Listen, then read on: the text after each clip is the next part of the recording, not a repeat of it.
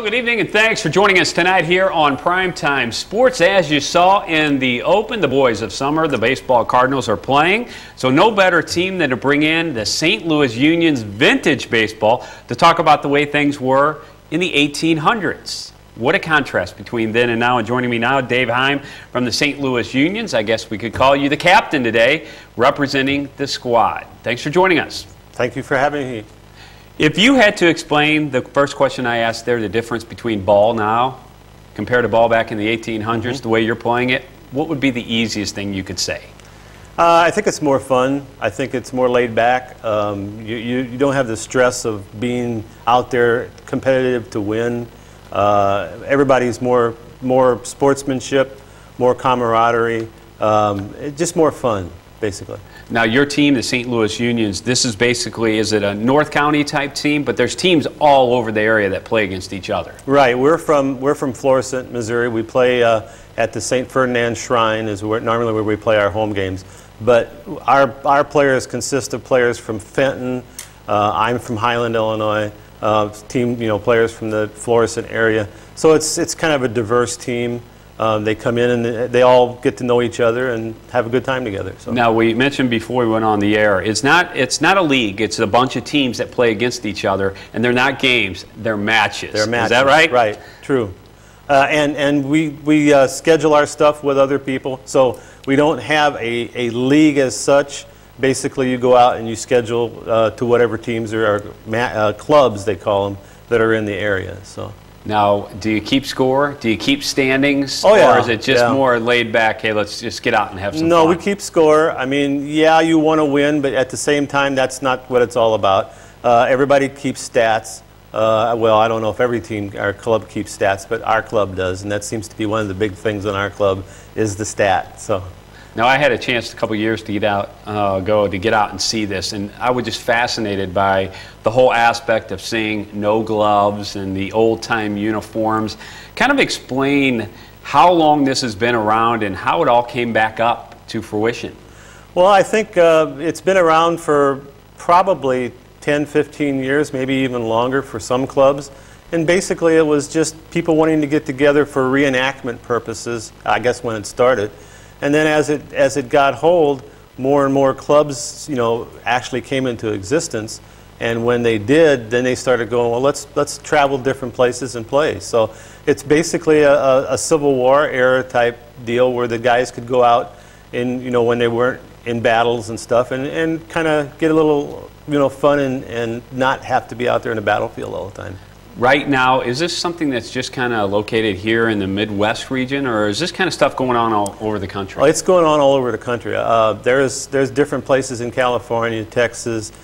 Basically, I think every state's probably got vintage baseball, but not maybe to the extent of some of the Midwest places and the East Coast. Now, when you guys were out there, you said no cursing and everybody pretty laid back, but you want to win, right? Oh, yeah. You're out there to win. It's competitive. Yeah, you're still competitive. I mean, we don't want to run the score up on anybody. We don't like to see anybody run the score up on us. But at the same time, that's part of the game, and we understand that. So we have a good time, and we try to keep everything in an even keel.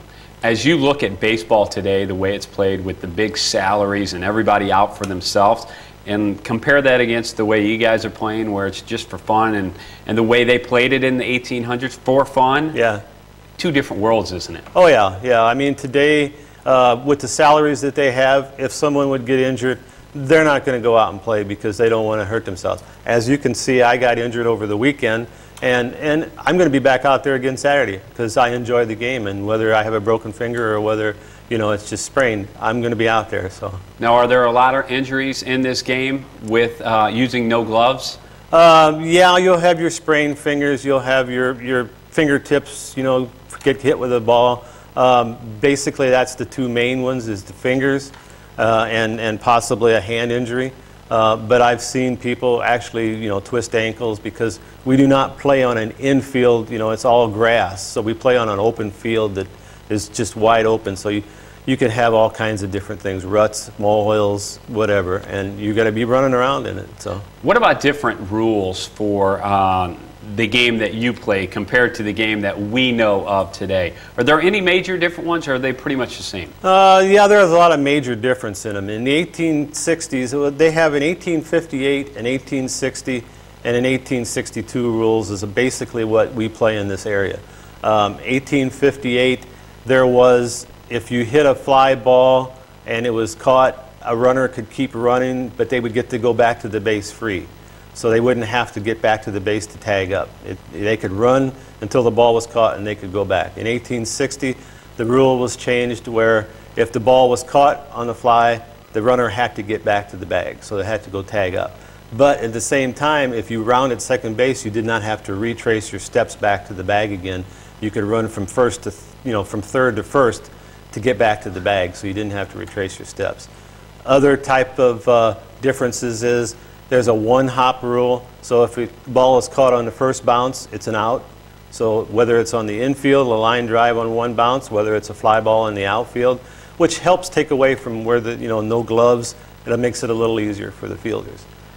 Any other changes as far as like the number of innings, the number of outs per innings? Do you start with no balls and no strikes? How does that all work? Well, there is no balls and strikes. First off, if an arbitrator decides, and the arbitrator is the umpire, if the arbitrator decides that a person is not swinging at pitches that can be hit, he can give him a warning and he can start calling strikes. Foul balls do not count as strikes, so you can foul off as many pitches as you want. 3 swinging strikes is an out. Once again, the catcher has to either catch the ball on the first bounce or on the fly, or he has to try to make the man out at first base. So. Now, is this overhand throwing or is it underhand throwing? It's underhand, no windmill, just straight forward and back motion. As hard as you can throw it if you want. So it's pretty much like a women's softball, straight on, it's not a loft. Sometimes it's a little slow pitch type loft like in softball, and sometimes it's a little bit harder. Which one's harder to hit with that little ball? To be honest with you, the faster one is, because you see more of the slower ones, and then when you see a faster ball coming in, your timing is kind of off. So, now when you're up there and you're playing, a lot of, I guess, how should I say this? Strategy on where to hit the ball and what side to get your runners all over? Or are you just up there swinging away? Well, there's strategy. I mean, some people will just swing away because the field's wide open. First baseman, second baseman, and third baseman have to play no more than 2 steps off their bag. And they can move when the pitch is in the air, but they have to be 2 steps from the bag to start with.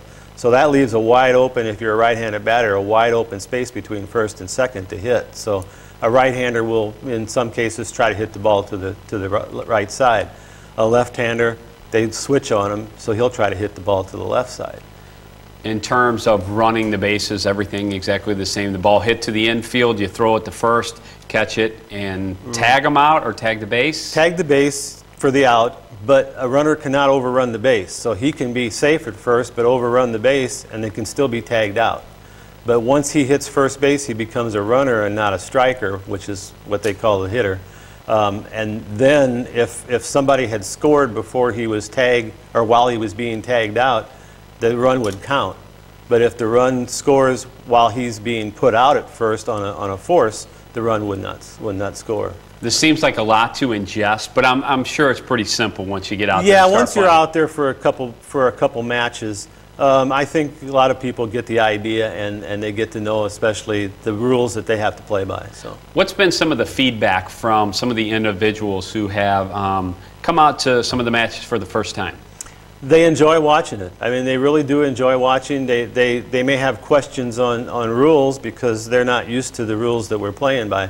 But a lot of times, especially some younger guys, they'll say, this looks like fun, and we'll say, well, come on out, try take a swing or two, and the next thing you know, they're joining up with some club in the area, or this year there was a couple clubs that started up new, so they've picked up some players that way, and they say they're having more fun now than they would when they were playing slow pitch. So. And that would be my next question. With a league like this that you're in, are there any certain limitations on young age or old age when you can play and when you can sign up? No, not really.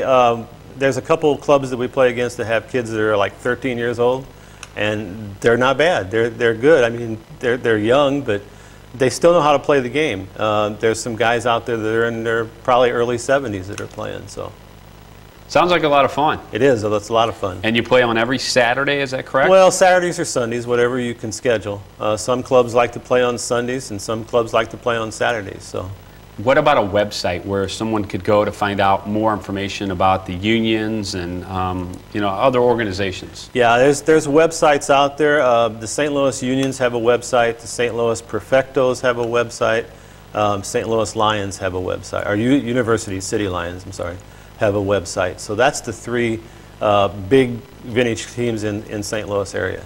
As you can see on the screen, the website's up there. You can go there and find out any more information that you need to know about St. Louis vintage baseball. It sounds like a great time. We're going to go ahead in a second and show some of the stuff that you brought along, because when you guys get out there and play, you have different uniforms. I mean, this is a retro right back to the way it was in the 1860s. Right. The ball, it somewhat looks like a baseball, but it's not quite as hard. Right. What do you want to start off with? What would be the most important, the bat, the uniform, or the ball? I would say the uniform to start with. Okay. The uniforms are basically an old-style uniform.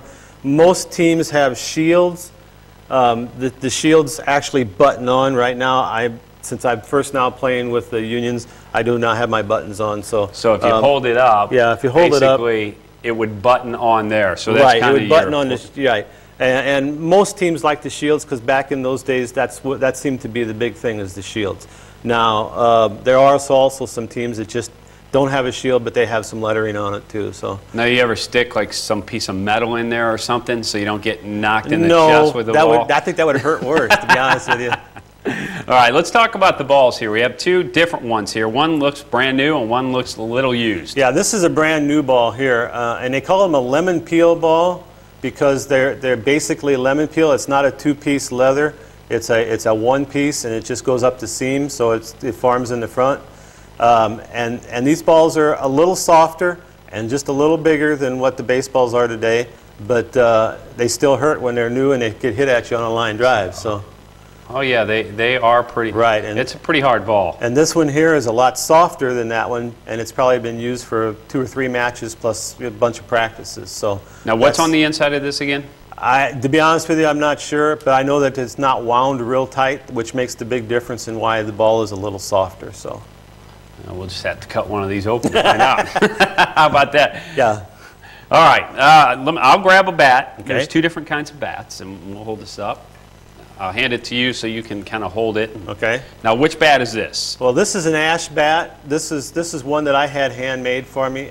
Most of the bats that we have are handmade, are bought from a bat company called Phoenix Bat Company or any other bat companies. But they do have to be a certain diameter here, no more than 2.5 inches.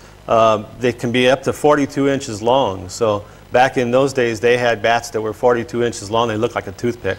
but that's the kind of bats they had. And then we have another bat here. Yeah, I have another bat looks there. Looks like a Cardinals bat. Yeah, it was. This is another one that I had made for me because I do not like the knobs, and I'll show you a sheet here in a minute. But I like the regular baseball knob so I don't lose the bat. So a lot of guys we'll see with these knobs on their bats. But again, it was just this is a maple bat, which is what I like to use more than the other one. But I guess it depends on who's pitching. So, slower pitch, the big one here is not bad. Faster pitch, I can get that one around a little quicker. And I guess when you look at it at 1860s, you got to go back to all wood, right? No aluminum bats. Everything is wood. Everything is wood. Maybe that's what's inside these balls, wood. Yeah, well, I don't know. How about that? But these bats here, as you can see, there's different styles of bats. There's the bottle bat, there's the Wee Willie bat, the Dixie swatter, and they all have different type of handles. This one down here is the mushroom handle bat, which a lot of clubs use different bats like this, but it's not like they have to, but they like to have a little authenticity on the. I do like the name of this bat. That's a name I would give something. The longer, more ordinary bat. I didn't know what to call it. I like that. And then you have some playing cards here. That's really neat. That's a neat layout. This is something that we want to try to get for the kids more than anything. It's going to be a baseball card, basically the same size it was back in the 1860s, and we're going to try to get these made up so that when we go to different places, the kids that are there, we can hand them out, you know, whether we hand them out as a team or whether every player has so many, and then they will be able to, you know, just hand them to the kids as they come up. So. Sure, that's really neat. That's a great idea. Puts the team, the players, right in the kids' per se face in their room. And another thing that we do as the unions, I started this when I was on a team over in New Baden, but it's basically a little flyer that we put out. It has basically what is vintage baseball, some terms on the front, on the back. It's simple rules. And I think it's both, this one here is probably all 1860 rules. But then on the inside, I've got actually photos of a lot of the clubs that were in the area. Some of them are not in existence anymore, but a lot of them are.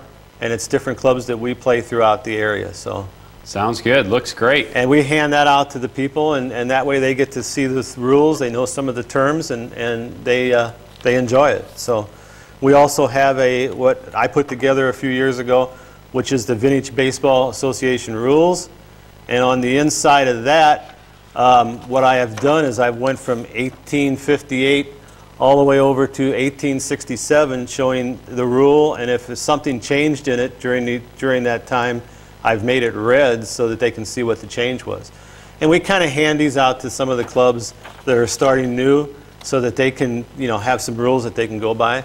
But basically the rules, it depends on where you're playing. Some places there are rules ground rules for different things. Other places it's just wide open. So a lot of work on your part to get all that kind of stuff done. Also see some pins over there. Yeah, these pins here were from the New Baden Juniors when I played with them. And we handed these out like at games and times when we were playing special events and stuff like that. We had a chili cook-off over there. And we had buttons for the chili cook-off. Plus the little buttons that we have, we actually use the little buttons because a lot of the guys will wear buttons on their hats. So this is kind of like a trading button more than anything.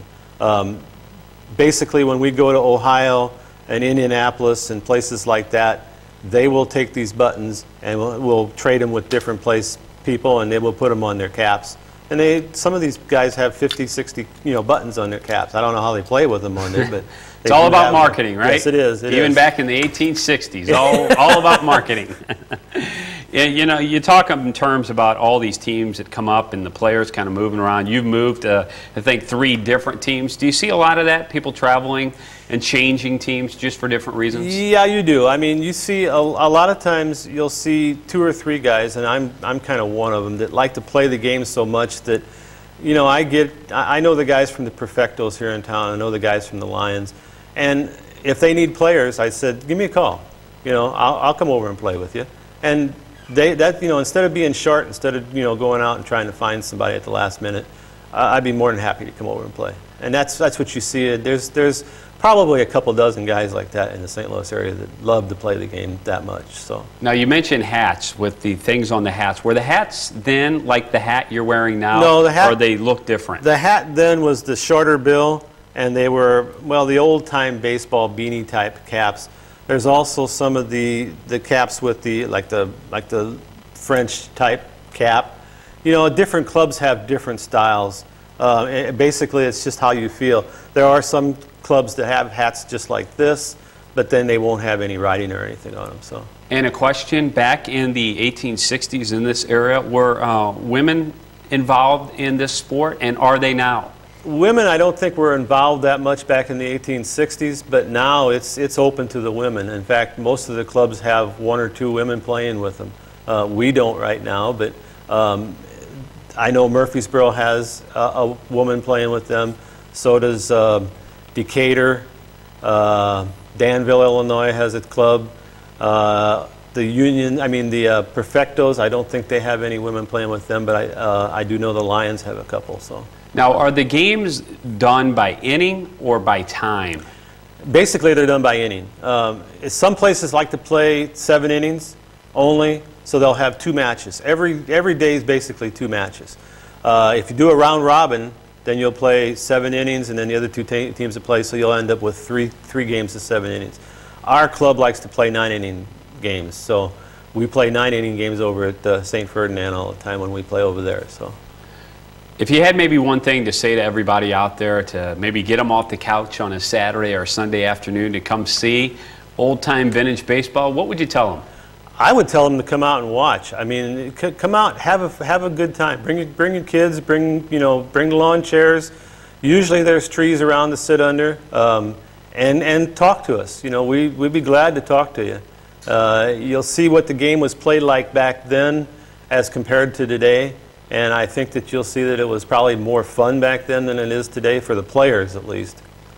Money's not there the way it is now compared to back then, huh? Even when we go out, like we want new uniforms or something, we either have to have fundraisers to do it, or sometimes you'll get a sponsor or two that will sponsor you, but you know, they can't have their sponsors' names on the uniforms or anything. So usually it's by a community: St. Louis Union, St. Louis Perfectos, Murfreesboro Clarks, Danville has the Vols, and Decatur is the Ground Squirrels. So, I mean, sometimes a park recreation group will sponsor them. Other times it's basically dues from the players, or some kind of a raffle or something like that. With this being so successful through the years, what do you see for maybe the next 5 years or 10 years with this? Well, you see clubs actually losing ground, but I think it just depends on they don't have a lot of base there to begin with, which is why the New Baden club that I played on was having problems. We didn't have a big base. But over here in this area, I think there's a lot of players that would like to play. And all I can say is, if you like it, get some guys together. Find one of the clubs here in town, talk to them, find out what you need to get started, and start one. I mean, you don't have to have the uniforms to begin with. In fact, a lot of clubs, I think, make the mistake of trying to get a uniform together, trying to have everything together in advance before they want to play. Go out there and have a few matches, make sure that you guys want to play, and then start up a club. What about the camaraderie amongst the guys and gals who go out and play? Is it just very unique because this is such a different sport? Yeah, I've come over the last few years to know so many people from different places, and my nickname, everyone has a nickname in the vintage baseball. My nickname is Beans, and every time I go someplace, somebody says, "Well, hey, Beans, how's it going?" Should I even ask how you got that name? No, I don't think so. But I mean, you get to know these people. You get to talk with them. You end up going back and forth with emails with a lot of places. I've learned some guys, like over in Mexico, Missouri, that they have a walk back in time festival every year, and they invite different teams to play over there. And it's just a lot of fun. We like to go out where there's a lot of people that would be watching, and over there you get between 200 and 300 people to watch the matches.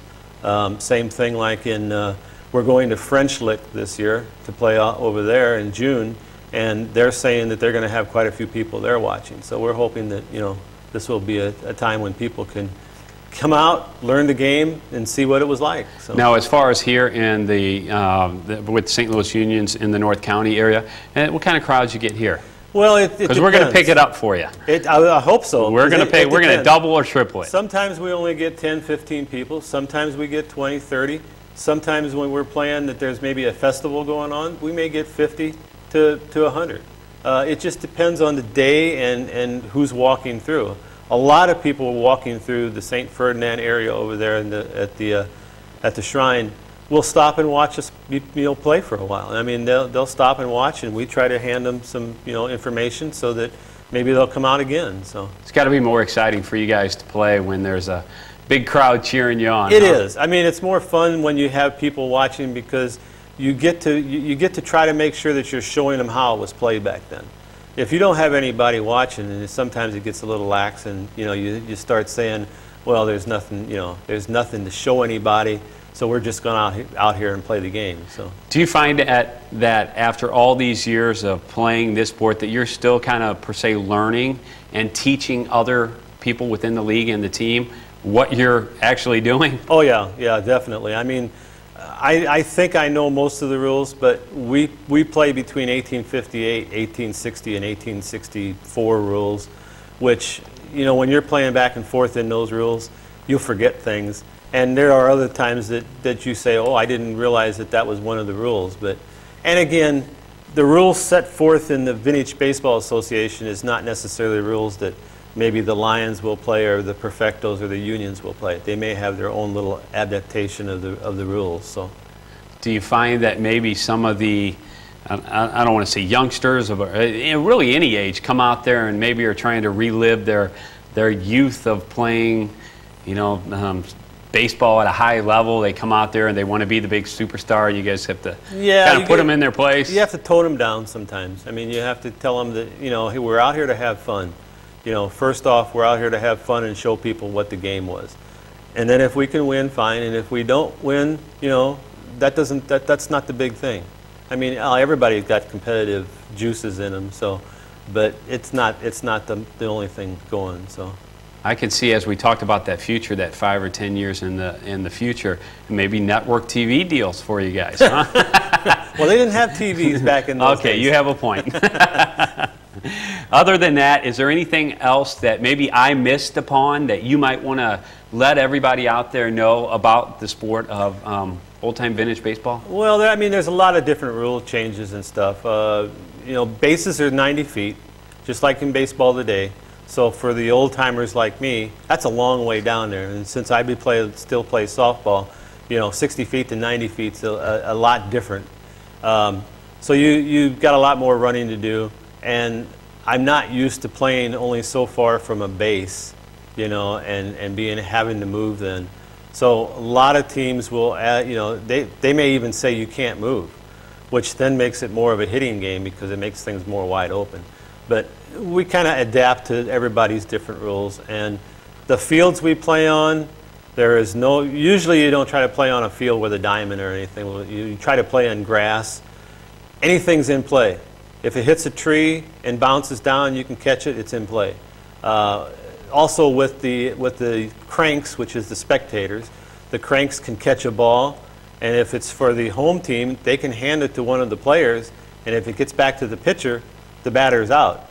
So if they can catch a ball in one bouncer on the fly and hand it to somebody and it gets back to the pitcher without hitting the ground, then the batter would be out. So they can help their own team too. Wow. So a little advantage to have a crowd on your side. Right. There's a, you know, the big advantage to having a crowd there because the kids like to go out and catch the balls then and make sure that they can get somebody out. So. The only bad thing is that when they're there, they're called cranks. Yeah, they're called cranks. At least there was some humor back in the 1800s. Right, yeah.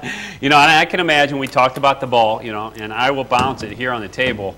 I mean, you can hear it's a pretty solid ball. Yeah. You know, if you get hit with this, it's going to hurt, and you're using a solid wood bat. So you're able to hit this ball pretty good. Yeah, you can hit them as hard as they can today. The one thing that is really nice, though, is not being able to use aluminum bats. It's a lot safer, but still, you get a line drive hit at you, and you're going to feel it. You have to make a decision, and I've seen a lot of people make the decision of, nope, I'm not. Just get out of the way. They won't have a splint on their finger like you. That's exactly the point. All right, Dave, one more time, let's hit the website where they can find out more information about everything that's going on. Ours is www.stlouisunions.com, and from there, I think there are probably links on there. The other one that you can go to is VBBA, which is the Vintage Baseball Association. If you put in there www.vbba.com, you should be able to get to the Vintage Baseball Association. All right, Dave, the half hour went very fast. Okay. Look forward to seeing you out at one of the games. Thanks so much for your time. It was a great show. Dave Heim from the St. Louis Unions. Thanks for watching us tonight. We hope you enjoyed it.